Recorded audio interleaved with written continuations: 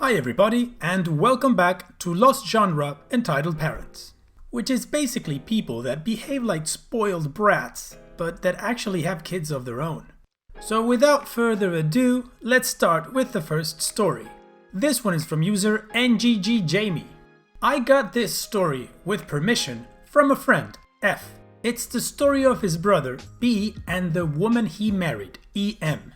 So B and EM met years ago through work. They ended up getting married.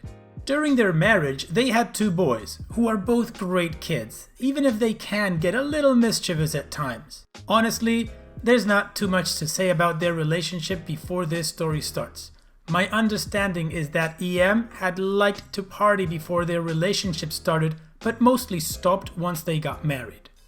I wouldn't say their relationship was bad, but I would often overhear her whining about one thing or another. I met her a couple of times. She was alright when she rarely wasn't complaining about something. She's also very good at tearing up vehicles and turning a good car into a partially functional hunk of junk. In any case, she decides she's not happy with her life and pretty suddenly announces to B that she wants to get a divorce. They didn't have a whole lot, so the whole divorce didn't take more than a month or two. And a big part of what made it go quickly was that she absolutely did not want any custody of their children, leaving B as a single father to them. Not only did she want zero custody, she also hasn't even spoken to or seen them over a year later. I felt tremendously sorry for those kids. I believe the oldest one is maybe 6 at this point. She's also paid exactly $0 in child support since the divorce, despite owing it. But that's only the pretty spongy part of this entitlement cake. It gets worse. Right away after the divorce was final, EM moved roughly 2 states away. Given that this story originates in the lower portions of Texas, 2 states away is a very long way. In this case, it's about a 13-hour drive. She basically cut communication at this point, and nobody hears much from her until a few months later. As it happened, she got pregnant during an intimate encounter she had at one of her parties, but she wasn't about to take on responsibility for herself. Oh no! She contacts her ex-husband and his parents out of the blue to inform them. What she said went something like this. She's pregnant from a random party one-night stand. She's not about to take care of the child, so either they take it or as soon as possible once it's born, she dumps it on the doorstep of an orphanage to continue her lifestyle. B can't take care of another child. He's already working 2 jobs to support the ones he has. But his parents are very kind people. Their youngest was a little girl they went to the trouble of adopting from Haiti to give a better life. After some time discussing it, they reluctantly agreed to take EM's one-night stand baby. Over the course of the rest of her pregnancy, arrangements are made and they manage to set things up so that they take guardianship of the baby pretty much right away once it's born. For the cherry on top of our entitlement cake, EM refused to make the effort to take the baby to them. They had to drive 13 hours to go get the baby from her. They still take care of the kid to this day and provided a good home. EM still has made 0 attempts to see or talk to her other 2 children either, and does not seem to care about any of them at all.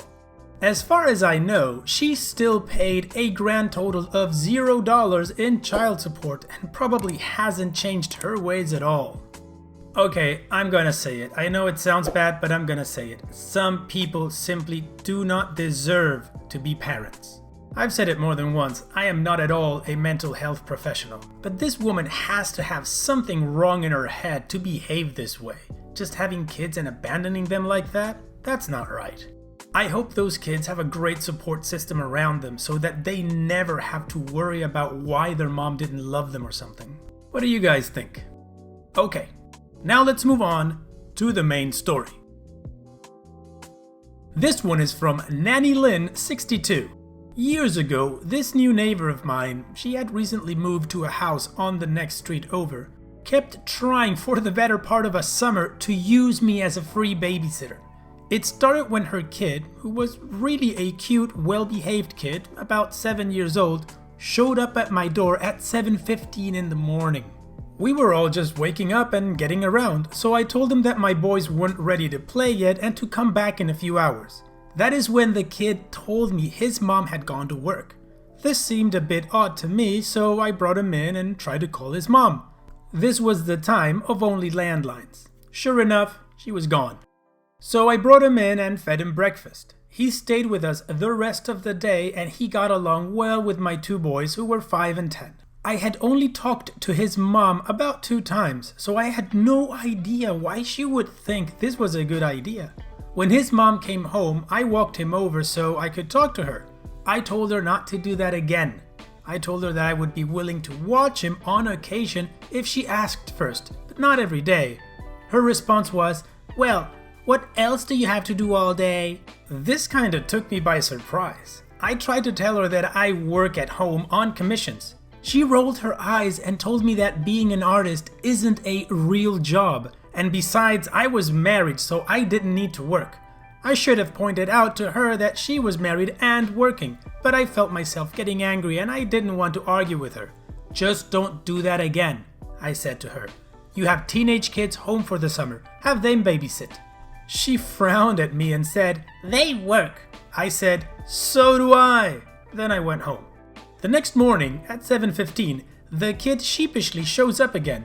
Once again, I bring him in and feed him breakfast and later lunch. Once again, I took him to his home and once again told his mother to please not do that again.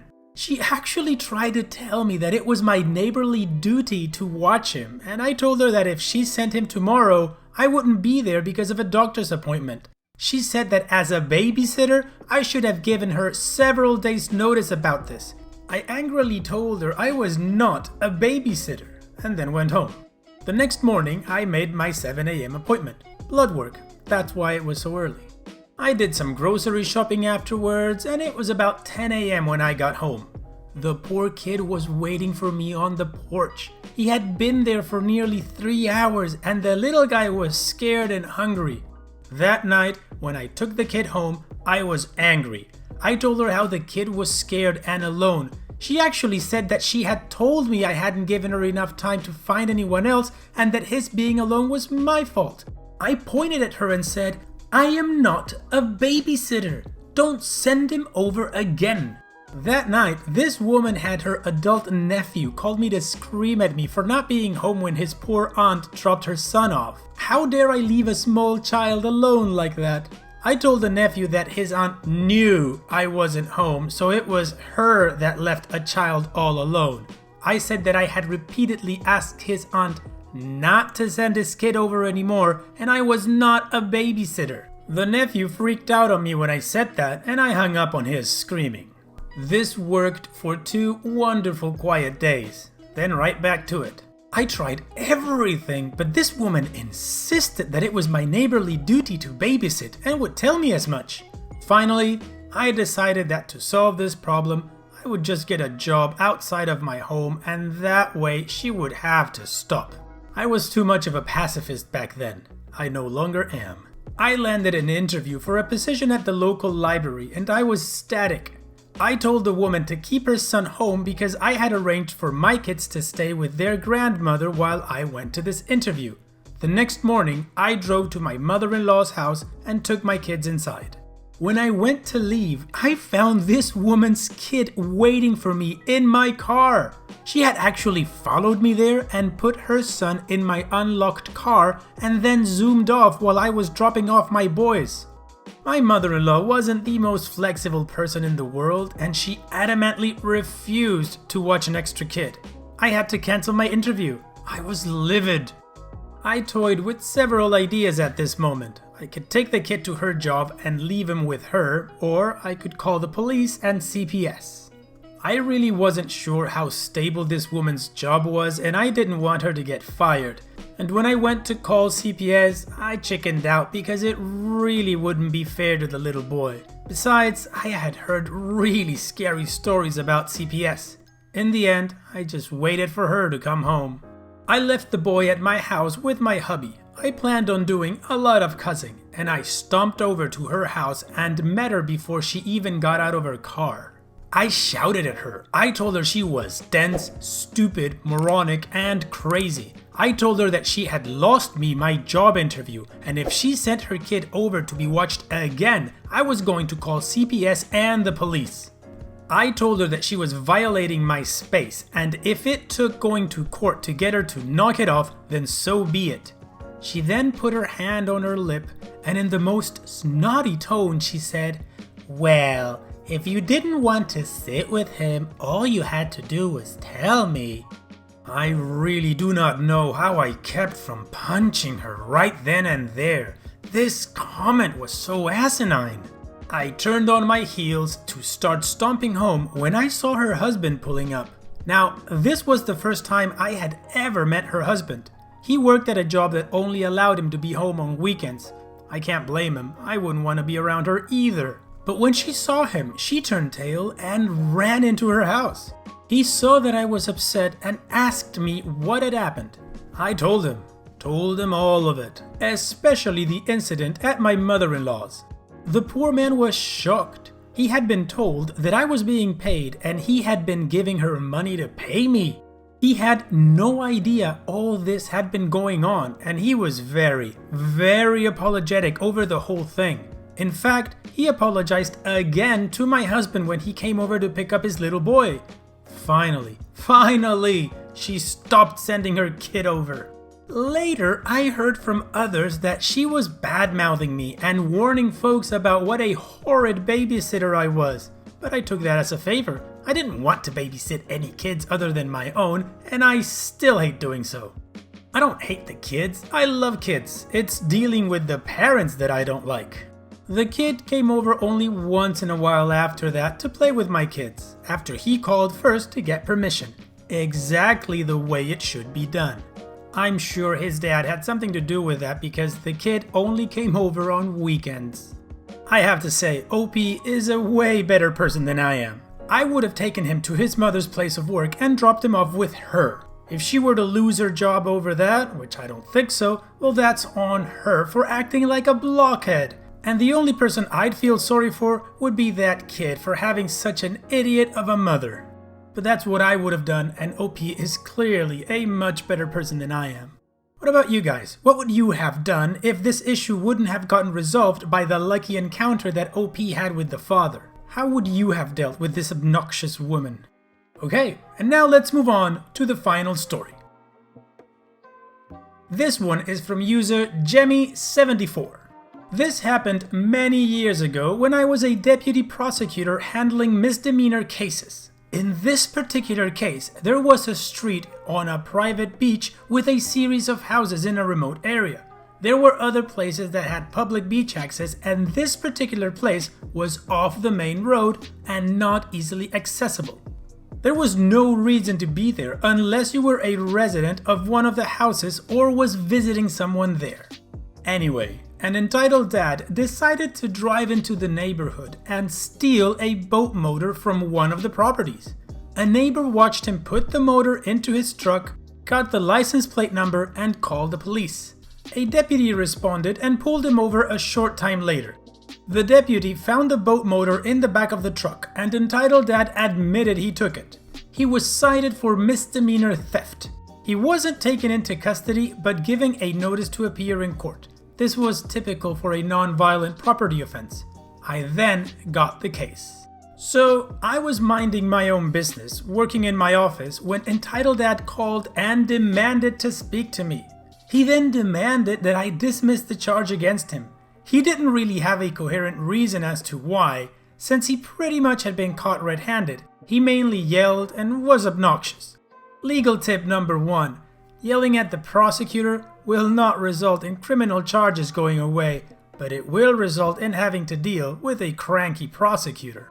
When he couldn't bully me into dismissing the charge, he then demanded that another prosecutor be assigned to his case. This did not happen. Legal tip number 2. People charged with crimes don't get to choose the prosecutors on their cases. The case is set for trial. He pleads not guilty and elects to represent himself. At trial, I call as witnesses the neighbor, the boat motor owner, and the arresting deputy. Entitled Dad presents a beachcombing defense that if he is able to keep a pretty shell he finds on the beach, he ought to be able to keep a boat motor. It didn't make a lot of sense. It really got interesting when he called himself as his own witness. He questioned himself by having a conversation with himself. Here is an example of how some of the actual testimony went. He shifts to the left side of the witness chair. "Mr. Entitled, do you have a motive to steal a boat?" He then shifts to the right side of the witness chair and looks at an empty space that he just occupied. "No, I do not have a motive to steal a boat." He then slides back to the left. "Mr. Entitled, do you like seafood?" And slides back again to the right. "No, I do not like seafood. My kids do not like seafood. My wife likes seafood, but that's not a motive to steal a boat." I looked over at the arresting deputy who was sitting next to me as my designated law enforcement representative. He was watching with a horrified expression, and I saw his lips silently form the words, "What the F?" Later, when we were outside, the deputy told me how freaky he thought it was. It took the jury 15 minutes to find him guilty. I don't remember specifically what he got as a sentence, but it was likely only fines and community service since that was typical for that type of offense. Okay, the deputy took the words right out of my mind while I was reading this. What the F? That made absolutely no sense. He just thought he could take something that was in a neighborhood off the street because, if you're at the beach and you take a shell, you get to keep it. That's pretty sound logic, don't you think? I do have to say I agreed with this idiotic entitled dad in one thing. The fact that his wife likes seafood, that's not a motive to steal a boat. And so, we've reached the end of the video once again. If you liked it, go ahead and click like. If you did click like and you still haven't subscribed, what are you waiting for? Just click subscribe and become a part of this growing community. Also, don't forget to visit the Lost Genre subreddit where you can cross-post stories that you'd like for me to feature in videos or share your own story if you feel comfortable with that. And having said all that, I will see you guys on the next video.